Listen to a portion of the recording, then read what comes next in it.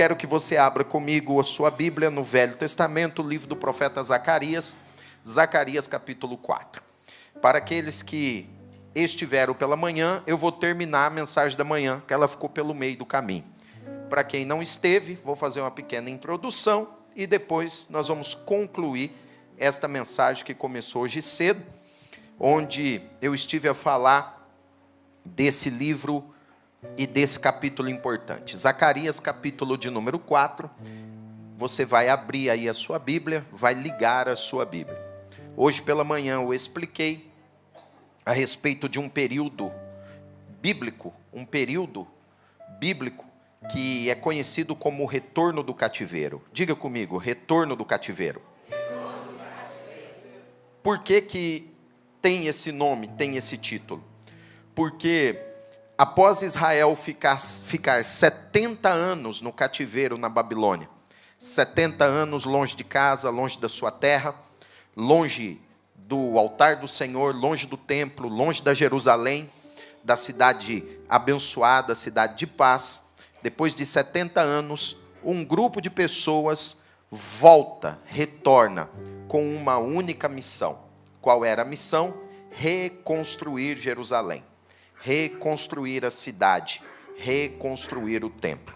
A cidade havia sido destruída, os muros haviam sido derrubados, as portas haviam sido queimadas, o templo havia sido saqueado, o templo foi derrubado, o templo foi queimado, ou seja, a cidade ficou em ruínas. Se você ler Neemias capítulo 1, você vai ver o relato que Neemias recebe do seu parente, do seu familiar, que traz para ele e diz assim: olha, a cidade está em ruínas, o povo que ficou lá na cidade está todo mundo em miséria, a coisa não está boa lá em Jerusalém, a situação não está muito boa. Então, essas pessoas retornam com um papel, um compromisso e um objetivo: reconstruir o que havia sido derrubado, reconstruir o que havia sido queimado. E eu falei pela manhã que muitos aqui foram chamados por Deus para uma obra de restauração e de reconstrução. Muitos estão a reconstruir sua vida espiritual, sua vida emocional, sua vida profissional, sua vida emocional, sentimental e financeira. Muitos estão literalmente numa obra de reconstrução. Estão a reconstruir aquilo que foi derrubado, aquilo que foi queimado e aquilo que foi roubado. Assim, essa palavra é muito oportuna para nós hoje, porque Deus te levantou como um restaurador, um reconstrutor. Você vai reconstruir a tua história, você vai reconstruir a história da sua família, você vai reconstruir os teus muros, você vai reconstruir a sua casa, e você já podia estar dando glória a Deus. Você vai reconstruir o seu ministério, você vai reconstruir aquilo que foi destruído pelos ataques e pelas investidas do inimigo. E esse povo volta com esse compromisso. E esse grupo que volta, nós podemos separar, dividir em dois grupos. Existe um grupo que estava junto de Neemias, e se você ler o livro de Neemias, você vai entender que aqueles que vieram com Neemias, o compromisso deles foram levantar os muros e colocar as portas de Jerusalém. Neemias está centralizado, focado na reconstrução dos muros e das portas, e um outro grupo que veio com Esdras. Esse grupo, ele está centrado e focalizado em reconstruir o templo e o altar. Neemias coloca o foco do seu trabalho no muro, e Esdras, junto com a sua equipa, vai trabalhar ao redor do templo e ao redor do altar.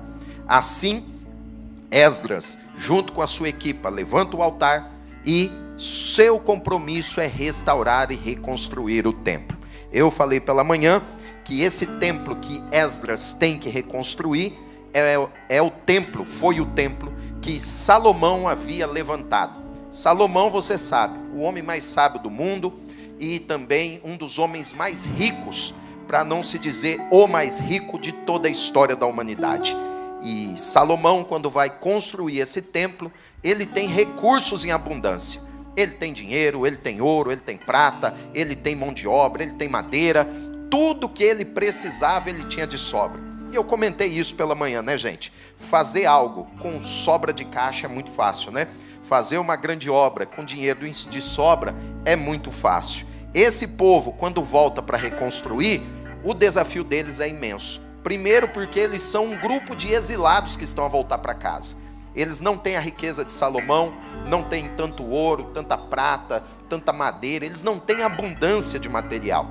Então veja, eles têm que fazer uma obra parecida com a obra que Salomão fez, mas não com os recursos que Salomão tinha.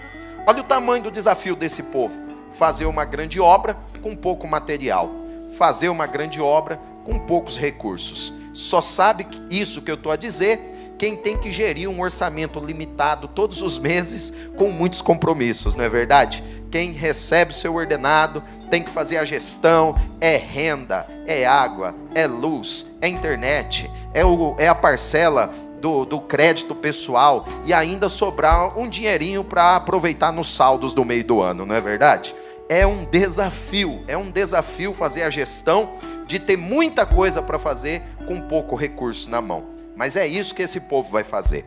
Além disso, eles têm que lutar, eu expliquei pela manhã, com os povos vizinhos. Diga assim, povos vizinhos. Por quê? As pessoas ao redor não estavam alegres com a reconstrução e a restauração do templo, a reconstrução e a restauração de Jerusalém. Aí alguém pergunta assim, mas por que, bispo? Por que o povo não vai ficar feliz com a reconstrução de Jerusalém? Por que vai ter gente que não vai ficar feliz com a reconstrução do templo? E aí eu também expliquei hoje cedo que tem muita gente que gosta de você, que anda contigo e te apoia enquanto você está do nível delas para baixo.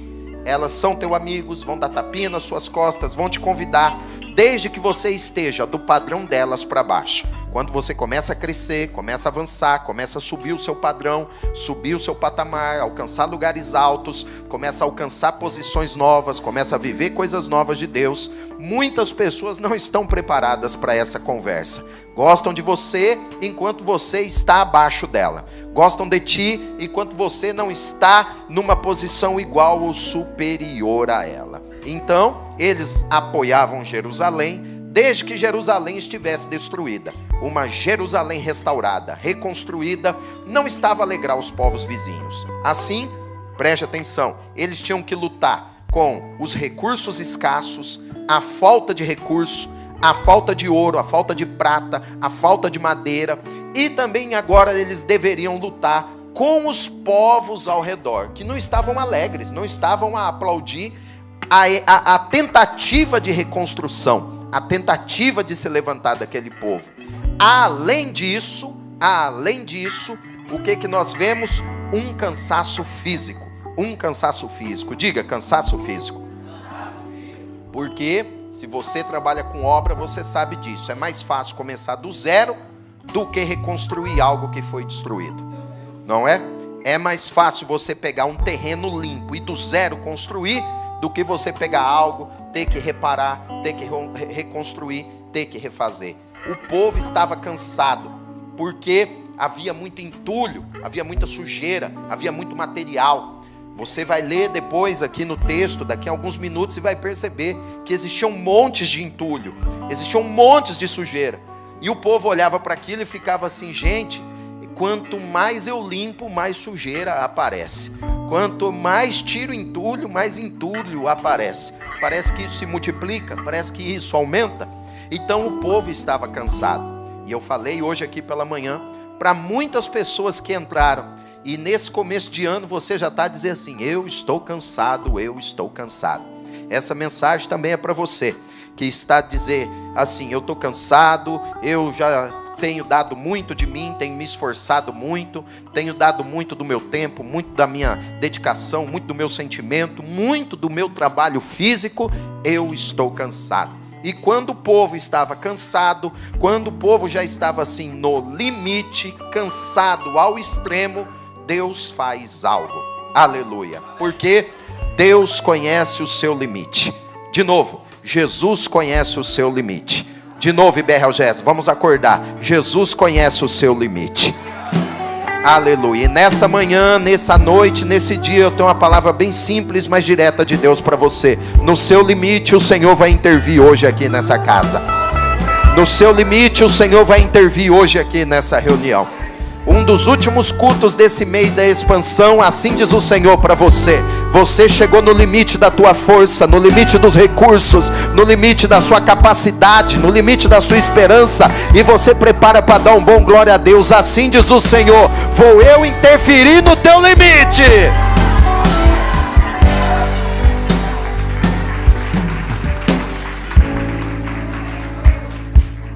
Então o que Deus faz quando o povo está no limite? Ele levanta os seus profetas. Diga assim: Deus levanta os seus profetas. Então, se você olhar depois aqui, você pode olhar. Se você for ler o livro de Esdras, você vai ver que em vários momentos, em várias situações, Esdras faz menção de 2 profetas que têm os seus livros aqui nas páginas da Bíblia. Ele faz menção de Ageu e faz menção de Zacarias. Diga comigo: Ageu. Todos os vivos. Zacarias.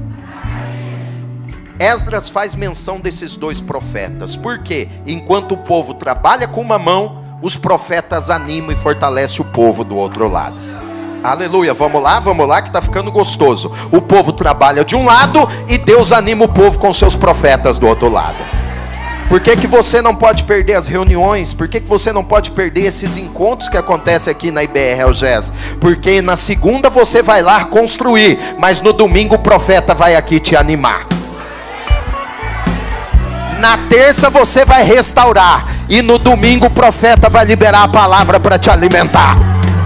Vamos lá, tá gostoso, tá ficando bom. Na quarta você tem que fazer uma limpeza em áreas da sua vida, mas na terça tem uma palavra que te sustenta e te coloca de pé. Só sabe o poder de uma mensagem, de uma palavra. Só sabe a importância de um culto aquele que um dia passou por essas portas quebrada, desanimada, pensando em desistir, deprimida, sendo atacado na mente, no coração, e de repente o louvor começa a tocar, alguém começa a adorar, e de repente você, no meio do seu cansaço, levanta a mão, abre a boca, a glória de Deus te invade, a tristeza vai embora, a alegria de Deus inunda a sua alma.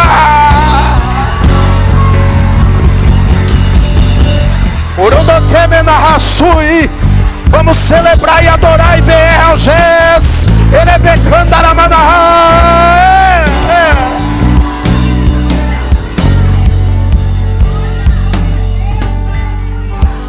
Já houve momentos na minha história, guerra, batalha, travado, muitas vezes não tinha com quem se abrir, com quem desabafar, muitas vezes o fardo de compromisso, de responsabilidade do ministério, de pessoas, aquele pacote, fardo enorme, pesado, e vinha de casa com a alma angustiada, às vezes derramando lágrimas, e de repente passava pelas portas da igreja o louvor tocando, e quando o louvor começava a ser entoado, uma atmosfera de gratidão, de milagre tomava conta do ambiente, o peso era tirado dos ombros pelo poder da unção, o jugo foi quebrado, e ali aquele homem cansado levantava as mãos renovado. Levante as mãos, porque tem renovo de Deus para a tua vida. Receba renovo de Deus agora. Seja renovado agora.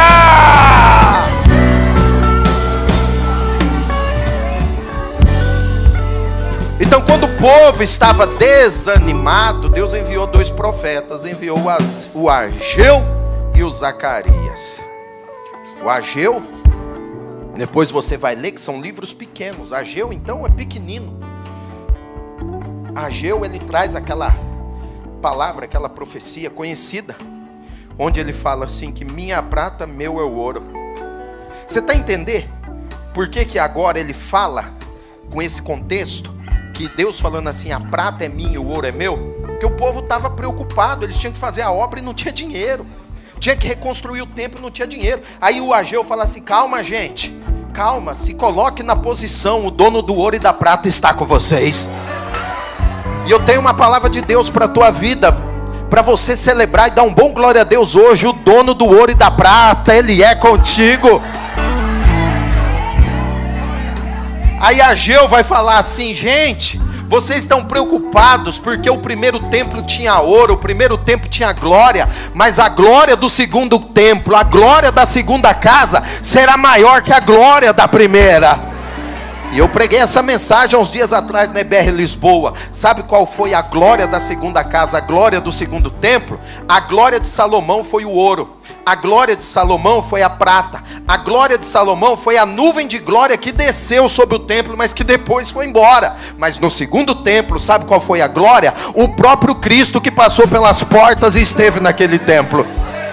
A glória da segunda casa foi o próprio Cristo que esteve naquela casa. O povo cansado, e Deus está a enviar os seus profetas. O povo cansado, e o Senhor está a enviar os seus profetas. Então ele envia o Ageu e envia o Zacarias. Ele envia o Ageu e envia o Zacarias. Por que ele envia o Ageu e envia o Zacarias? Porque existiam dois homens, dois líderes. Diga assim, dois líderes. Só os vivos, diga, dois líderes. Existiu o Zorobabel. Diga aí, Zorobabel. Um bom nome para você pôr no teu filho, viu? Zorobabel. E havia o Josué. O Josué não é o Josué lá do Moisés, não. É outro Josué, tá? Eles estão bem longe, não tem nada a ver um com o outro. O Zorobabel, ele era o líder político. Ele era o governador. E o Josué era o sacerdote. Ele era o sacerdote. Então veja, Zorobabel era o líder político. Josué era o sacerdote, era o líder religioso. Ó, Deus vai falar com o líder político e Deus vai falar com o líder religioso. Deus vai animar o governador e Deus vai animar o sacerdote. Por quê? Porque tem um princípio aqui muito poderoso. Preste atenção. Se o líder estiver animado, se os líderes estiverem animados, todo o povo também vai estar animado. Alguém entendeu o mistério aí? Quando o líder está animado, os líderes estão animados, todo o povo está animado. Assim, pai, mãe, um pai e uma mãe animados, cheio do Espírito, a casa será animada, cheia do Espírito. Boa! E eu vejo aqui nessa igreja, pastores animados. Olha aqui que igreja abençoada, animada e cheia do Espírito Santo.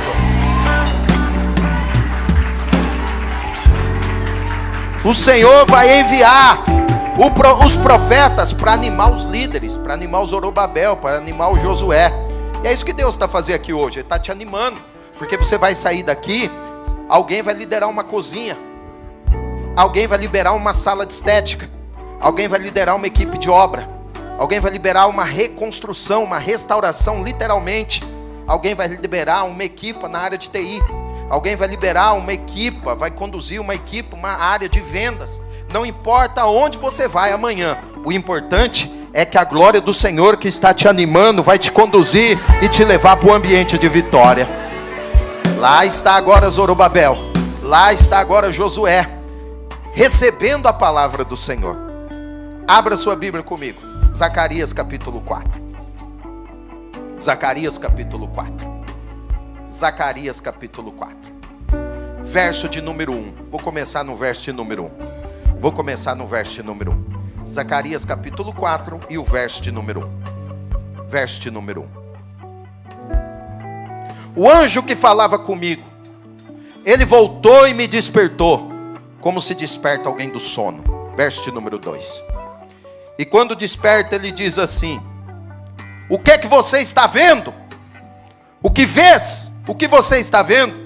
E ele responde. Agora é uma visão, ele vai descrever a visão que ele está tendo. Eu vejo um candelabro. Marque essa palavra na sua Bíblia. Candelabro, candelabro, candelabro, candelabro. Eu expliquei pela manhã que o candelabro, ele era um utensílio, ele era um objeto que estava presente no tabernáculo, estava presente no templo. E esse objeto, a sua missão, o papel do candelabro era iluminar. Diga comigo, iluminar. Para iluminar, ele tinha que receber azeite todos os dias. E todos os dias era necessário fazer uma manutenção.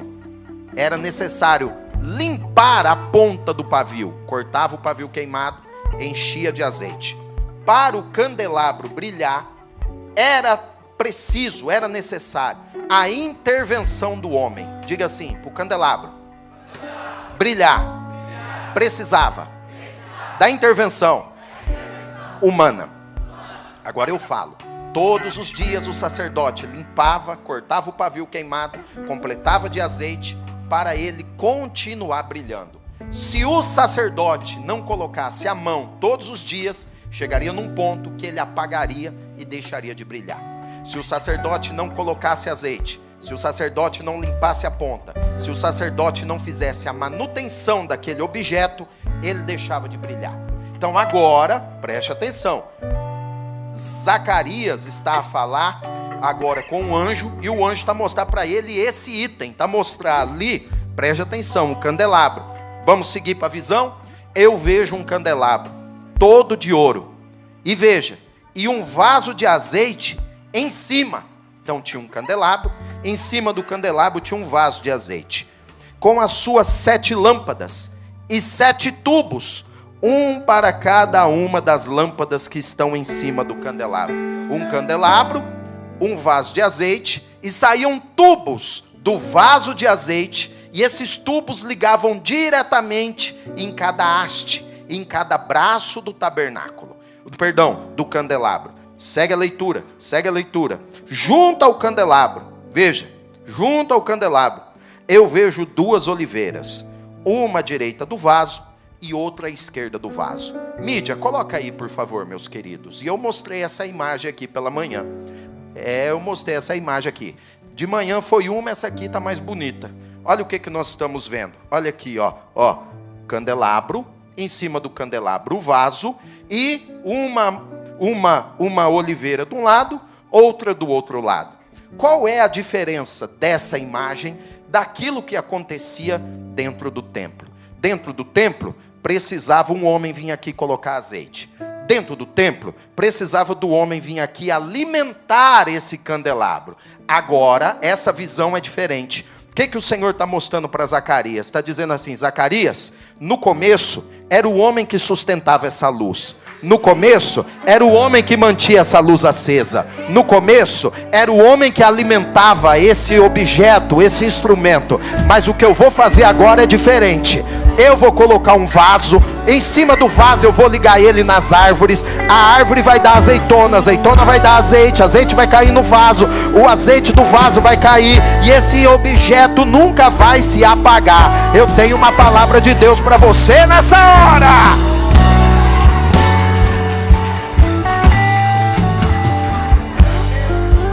O que o Senhor estava falando para Zacarias? E para Zacarias ele deveria passar para Zorobabel, deveria passar para Josué.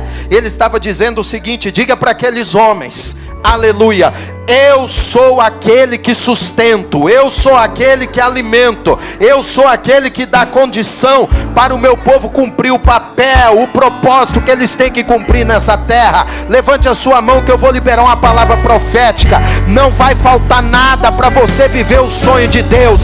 Não vai te faltar nada para você viver o propósito nessa terra. Não vai te faltar nada para você edificar, para você construir. Você tinha que estar enchendo essa casa de glória, de louvor e adoração. Não vai faltar nada. Não vai faltar. Não vai faltar azeite. Não vai faltar recurso. Meu Deus, quem toma posse dessa palavra? Não vai faltar recurso. Não faltará clientes, não faltarão pacientes, não faltarão orçamentos, não faltarão propostas, não vai faltar azeite, não vai faltar mensagem, não vai faltar louvor, não vai faltar inspiração. Quem está comigo aí, vamos adorando a Deus, não vai faltar nada. Pegue na mão de pelo menos 3 pessoas, balance e diga assim: não vai te faltar nada.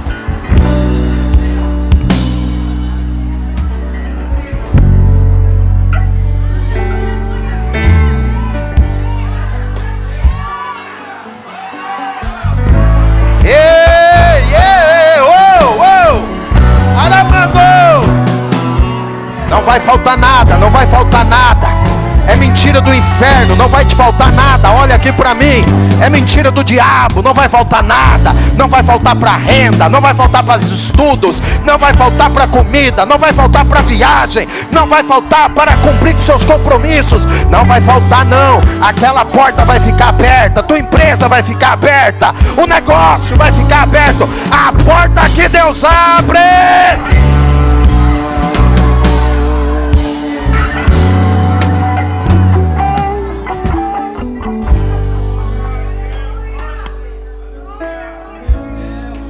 Verso de número 6. Verso de número 6. Verso de número 6. Então, quando o Senhor mostra isso para Zacarias, ele vai liberar uma palavra que nós falamos muito. E agora essa palavra vai fazer sentido. Agora essa palavra vai fazer muito sentido. Por quê? A palavra é essa. Ele prosseguiu e me disse: é a palavra do Senhor para Zorobabel. Então, o anjo estava a falar para Zacarias: Zacarias, vai lá e fala assim para o Zorobabel. Conta a visão, explica para ele a visão, explica que o azeite vai vir de cima, representando que a provisão vai vir de cima. Explica que o azeite vai vir do alto, explicando que é o Pai que vai sustentar e vai prover o projeto dele aqui na terra. Explica que o azeite vem de cima, vai cair no vaso e vai cair no candelabro. Explica para eles que o Deus que dá o projeto financia o projeto. Vamos lá, quem está comigo? O Deus que dá o sonho garante o cumprimento do sonho. O Deus que aponta a direção, Ele garante a tua chegada lá na frente. Ele não é irresponsável, igual aquele teu amigo que prometeu te buscar no aeroporto e te deixou na mão.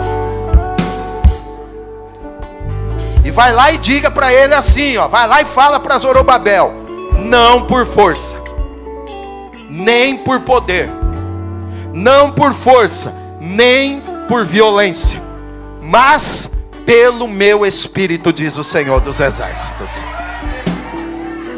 A palavra força, você escreve aí na sua Bíblia. A palavra força significa o poder de um exército. O poder de um exército. E aqui, quando diz poder, quando diz violência, é a força do braço de uma pessoa. Então, quando aqui diz força, é o poder de um exército. Quando eu apontar aqui, você vai dizer poder de um exército, tá bom? Quando eu apontar aqui, você vai dizer força do braço humano, tá bom?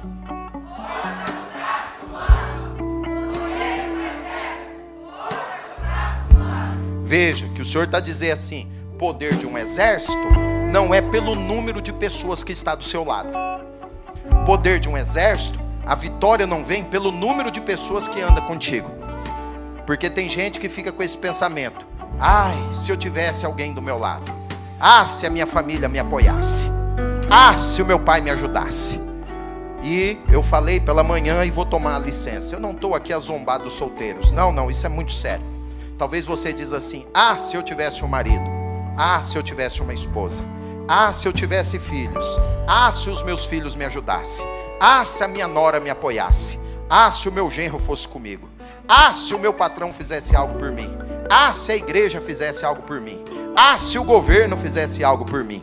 E aqui o Senhor está dizendo assim: não é pelo número de pessoas que está do teu lado. Você pode ser sozinho, sozinha. Pode estar se sentindo alguém sozinho, sozinha nessa terra, nessa casa, nesse lugar. A boa notícia é: não é pelo número de pessoas, não é pelo teu braço, mas é pela presença do Espírito Santo na tua vida. Esse é um tempo que o Pai vai usar, abençoar e levantar. E vai fazer algo na vida de pessoas. Que alguém vai olhar para você e vai dizer assim: como que aconteceu isso?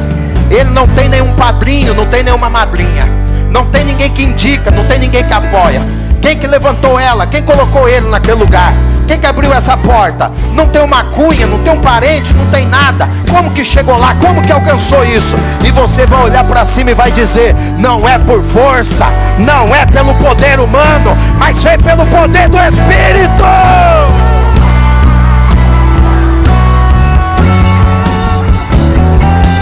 Onde estão aqueles que podem olhar para trás hoje? Onde estão aqueles que podem olhar para trás hoje e dizer: não foi o homem nem a mulher que colocou aqui, não foi nem o homem nem a mulher que abriu uma porta para mim, não foi homem nem mulher que fez o que está acontecendo na minha vida. Onde estão aqueles que podem levantar a mão e dizer: é Deus? Cadê? Cadê? Cadê? Cadê você? Cadê você? Cadê? Cadê?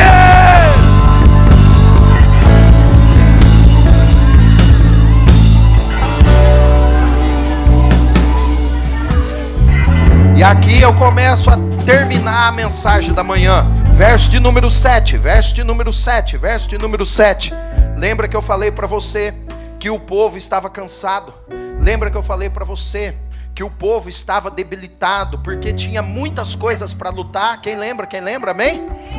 E uma das coisas que eles tinham que enfrentar era isso aqui, ó, o grande monte. Marque isso na sua Bíblia, o grande monte, o grande monte, o grande monte, o grande monte. Diga comigo, grande monte. Eu expliquei pela manhã que grande monte pode ter dois significados. O primeiro é um significado literal.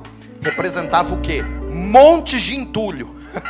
Tinha muito entulho dentro da cidade. Aí o povo olhava para aquele monte e dizia assim: como que nós vamos remover tanto lixo?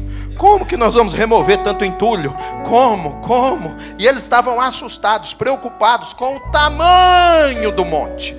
Outra explicação sobre os montes tem a ver com os desafios da época, o governo da época que não estava a apoiar, os povos vizinhos que não estavam a apoiar, ou seja, eram os problemas, os desafios que estavam ao redor deles, que eles olhavam e falavam assim: como nós vamos vencer esses montes de problemas? Como nós vamos vencer e ultrapassar? E vou usar aqui, ó, esse grande monte de dificuldade, esse grande monte de problema. Então, o Senhor fala assim para Zacarias: vai lá e fala para o Zorobabel, diz assim para ele: Zorobabel, chega para esse grande monte, chega diante do grande monte na tua frente e diga assim: quem é você para ficar no meu caminho? Quem você pensa que é para ficar na minha frente? Olha aqui, olha aqui. Quem é você, ô grande monte? Quem você pensa que é? E hoje você não tem noção, mas o Senhor está te enchendo de graça e de autoridade. Porque essa semana alguém aqui correu do grande monte. Esse mês alguém correu do grande monte. Talvez esse ano, nesses 2 meses do ano, você está a correr do grande monte. Era um encontro que tinha que ter e você está a correr. Um problema que era para resolver e você está a correr. Uma situação que era para você encarar e você está a correr. Mas a boa notícia é: o Senhor está te enchendo de graça, de autoridade, de ousadia. E vai sair, você vai sair, sairás dessa reunião para pegar no colarinho e olhar assim: quem é você, o grande monte?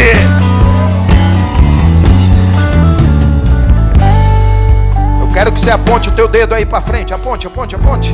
Feche seus olhos agora, feche seus olhos pela fé. E eu quero que você visualize, na tua frente está o teu grande monte aí, está aí o teu grande monte, está na tua frente agora. Aquilo que te assusta, aquilo que te oprime, aquilo que te acusa, aquilo que grita, aquilo que te visita de madrugada nos sonhos, aquilo que muitas vezes ecoa na tua mente, no teu coração, quando você está a lutar com os desafios da vida. Aquelas palavras pesadas, aquelas palavras duras, aquelas lembranças duras. Esse grande monte está na tua frente. E quando eu contar até 3, eu vou contar até 3, você vai dar um brado, um grito e vai dizer assim: quem é você, grande monte? Quem é você? Eu vou contar até 3, e você vai gritar e vai dizer: quem é você, ó grande monte? 1, 2, 3. Quem é você?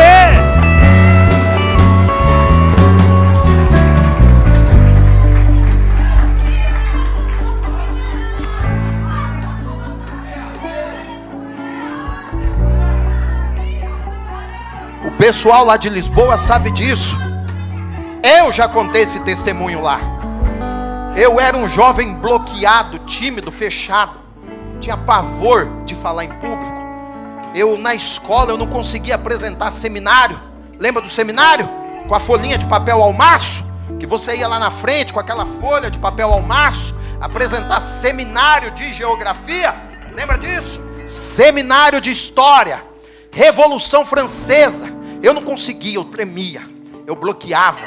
Já recebi nota negativa, já fui motivo de piada, de risada, perante a turma, perante o grupo. Já vi professores fazer piada comigo. Já vi os colegas zombar de mim lá fora, na saída da aula, porque eu era bloqueado, não conseguia, totalmente travado. E aí, quando o Senhor Jesus me salvou, a primeira palavra que eu recebi foi essa: você vai ser um pregador da palavra. Primeira palavra que eu recebi, no dia que eu aceitei Jesus: você vai ser um pastor. Primeira palavra que eu recebi: você vai ser um pastor e Deus vai te levar para a Europa, você vai pastorear na Europa. Mas como? Se eu não conseguia falar bom dia, se eu não conseguia falar paz do Senhor, não conseguia falar amém, se eu era bloqueado, fechado. Então um dia eu me deparei com esse texto bíblico, um dia eu me deparei com essa promessa, e eu comecei a orar em cima dessa promessa, que não era por força, não era por violência, não era pelo poder humano, mas era pela unção do Espírito. E muitas vezes, anote isso, muitas vezes eu subia para pregar, e quando eu subia para pregar, sabe o que parecia que estava sentado aí me ouvindo? Aquele pessoal da escola. Quantas vezes eu peguei o microfone e na minha cabeça eu tinha que lutar com aquela lembrança, eu tinha que lutar com aquele grande monte. Parece que o pessoal da escola estava olhando para mim e rindo e apontando o dedo. Muitas vezes eu peguei o microfone para pregar e na minha mente eu tinha que lutar com aquilo, com aquele homem assustado, aquele menino assustado, com aquele menino bloqueado. Mas cada vez que eu pegava o microfone, aquele grande monte queria se levantar na minha frente para me assustar e me fazer recuar. Eu, no meu coração, eu bradava e dizia: quem é você, ó grande monte, diante do Deus que me chamou e me escolheu? O final da história você já sabe, eu não preciso te contar. Pela bondade de Deus estou eu aqui. E hoje eu viajo, não é Portugal não, viajo às nações, falando que Deus é bom, que Jesus é maravilhoso, que Ele pega um homem caído e levanta e enche com o seu Espírito. Ele pega alguém travado e transforma em pregador do Evangelho.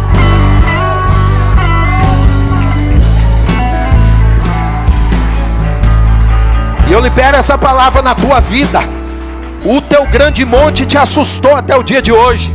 O teu grande monte fez você recuar muitas vezes. O teu grande monte fez você se esconder muitas vezes. Mas hoje o Senhor está te capacitando e te enchendo de autoridade. E você está apontando o dedo para Ele dizendo: acabou, terminou, de hoje em diante você não é nada.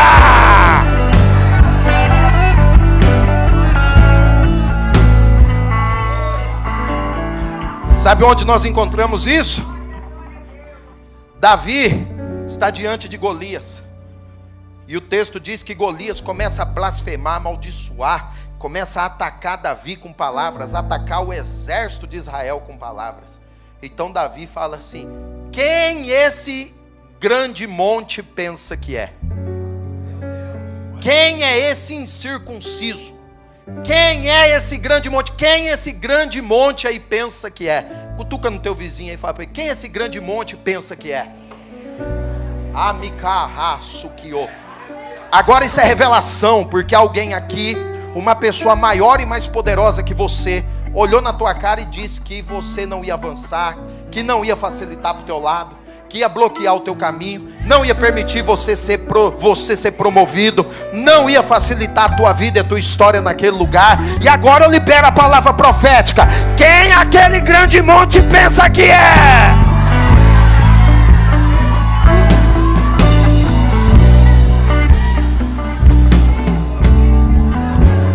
Para acabar a história você já sabe, Davi pegou uma pedrinha, com uma pedrinha ele derrubou o grande monte, uma pedrinha ele venceu o grande monte, a espada ele corta a cabeça, e o fim da história você já conhece. Até hoje nós contamos a vitória do menino que venceu o grande monte. Aleluia. Se prepare, porque vão contar a tua história. Ô meu irmão, você pensa que eu estou aqui? Não estou para mexer com a emoção de ninguém não, isso é uma visão profética. Tua família vai contar a história de alguém que venceu em terra distante. Tua família vai contar a história de alguém que venceu depois da falência. Tua família vai contar a história de alguém que venceu a depressão, o pânico, a doença, o cancro, a morte. Tua família vai contar a história de alguém que se afirmou com Deus, viveu uma vida cheia do Espírito Santo. Contarão a nossa história.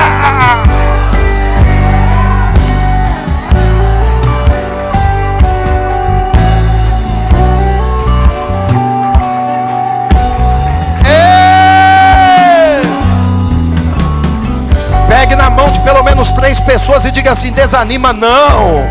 Diga para ele: ainda vou contar a tua história. Não tem que ser com alegria. Vai, fala: desanima não, ainda vou contar a nossa história.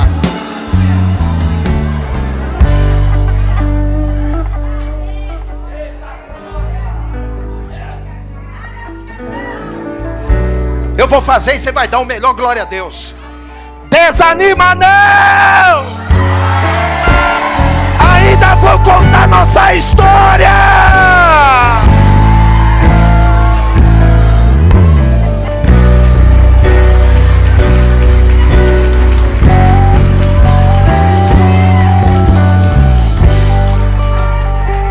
Coloque o texto bíblico de novo, por favor. Vamos lá, eu tenho que avançar.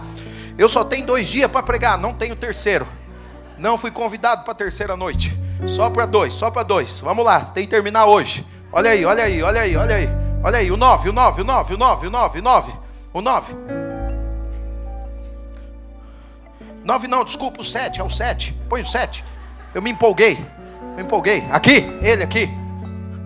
Quem é você, o grande monte? Diante de Zorobabel, diante do Rogério Rocha.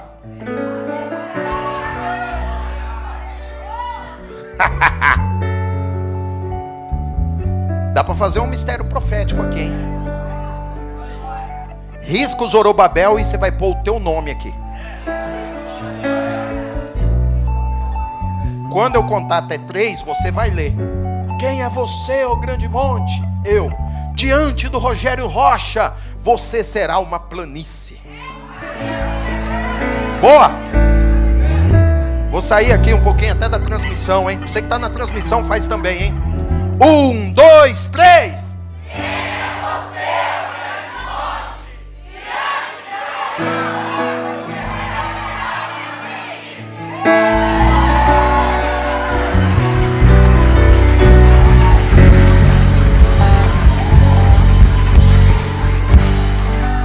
O que é uma planície? É um campo limpo, é um campo aberto.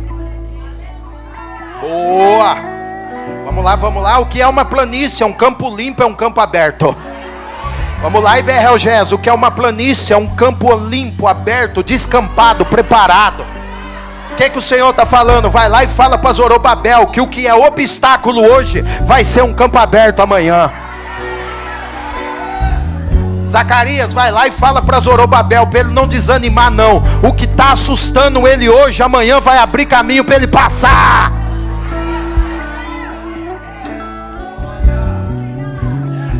Sabe o que eu vejo hoje aqui nesse domingo? Ó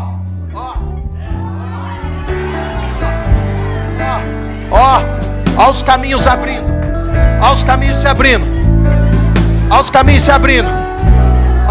se abrindo. Quem celebra por isso? Se você conhece o vizinho, a vizinha, você vai dar um abraço. Senão você só vai cumprimentar ele e vai dizer assim: eu vejo os caminhos se abrindo para ti hoje.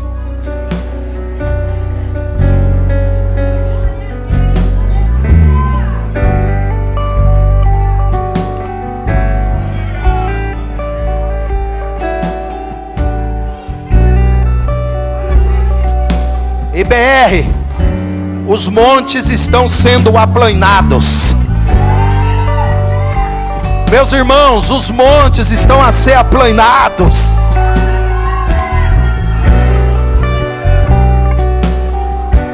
Os caminhos estarão abertos para a tua família. Os caminhos estarão abertos para este projeto. Os caminhos estarão abertos. Os montes.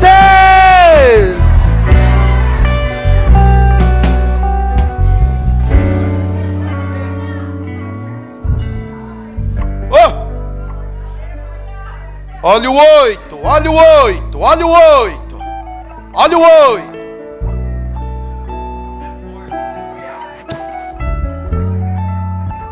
Olha o 8. Novamente a palavra do Senhor veio a mim. Novamente. E agora é o 9.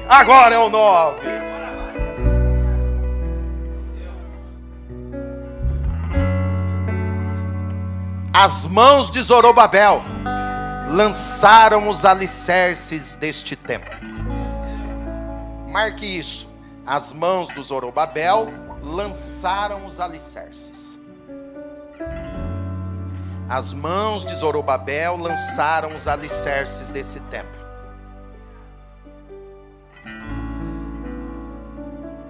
Agora olha isso aqui.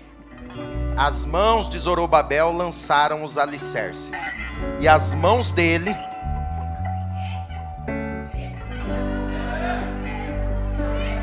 Isso aí, minha irmã. Pegou o mistério. Entendeu o mistério. De novo. As mãos do Rogério Rocha lançaram os alicerces. E as mãos dele vão terminar a construção.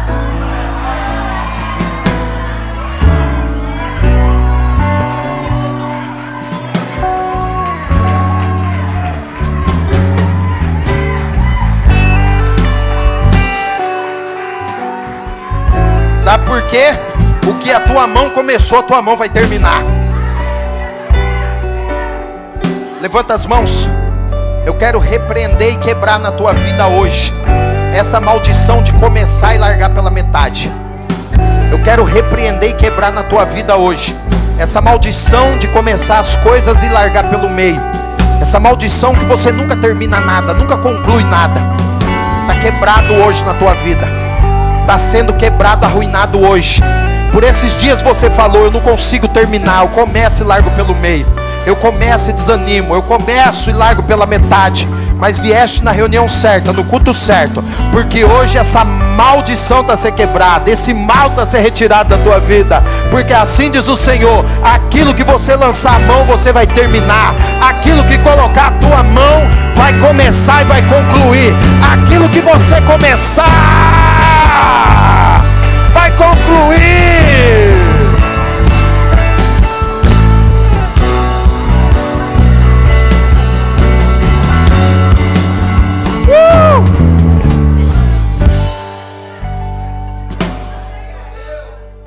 Levanta a mão bem alta e diga assim: o que eu começar, eu vou terminar. Porque Deus é comigo.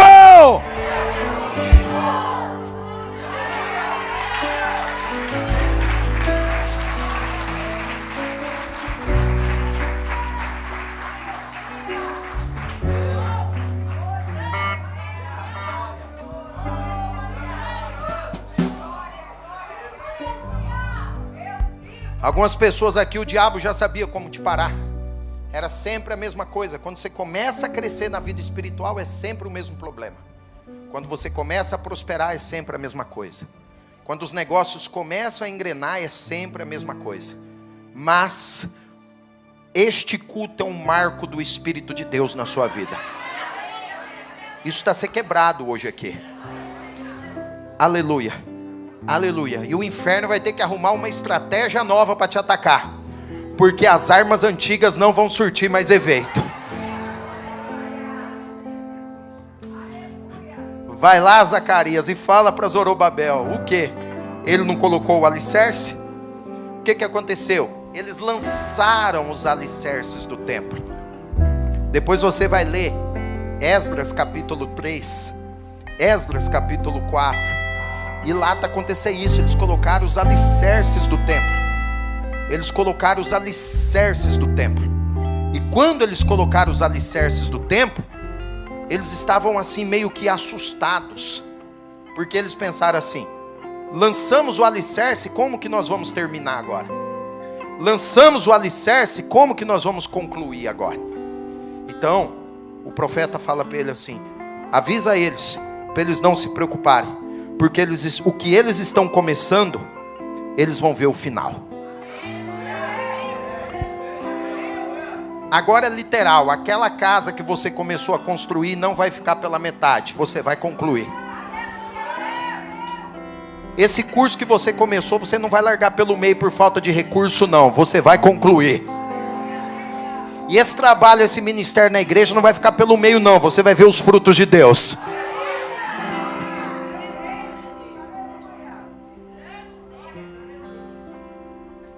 para que vocês saibam que o Senhor dos exércitos é quem me enviou a vocês.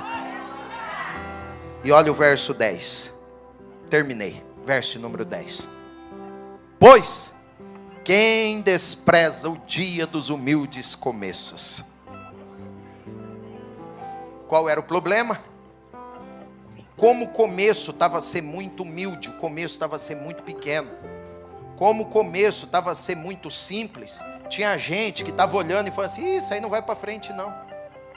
Isso aí não vai terminar não, isso aí é fogo de palha. Tem gente que sabe o que eu estou a dizer. Quando você começou aquele negócio, talvez uma portinha tão pequena, alguém falou: isso aí vai dar futuro. Quando você começou algo na cozinha da tua casa, alguém falou: isso aí vai para frente. Quando começaste as primeiras postagens na rede social, teve gente que fez piada.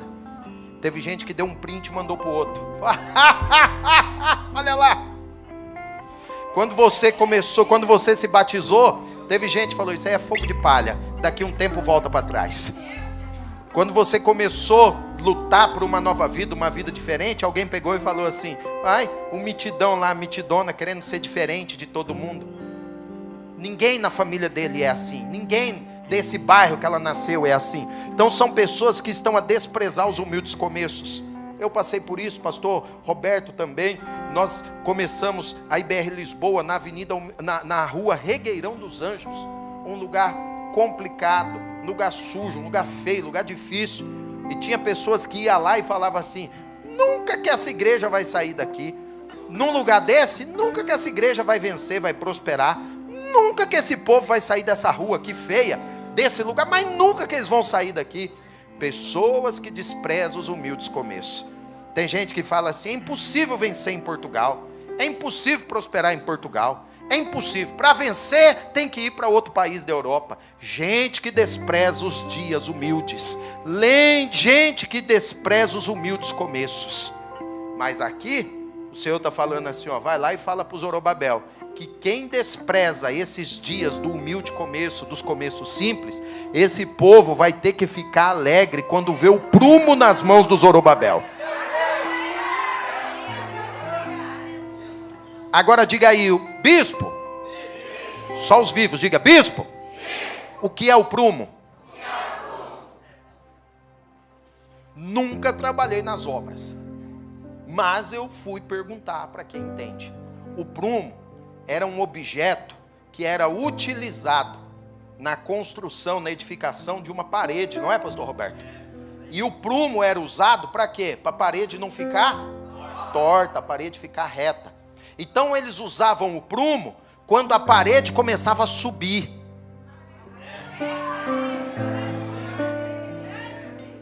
Aí o profeta está falando assim, ó: o povo viu os humildes começos. O que eram os humildes começos? O alicerce.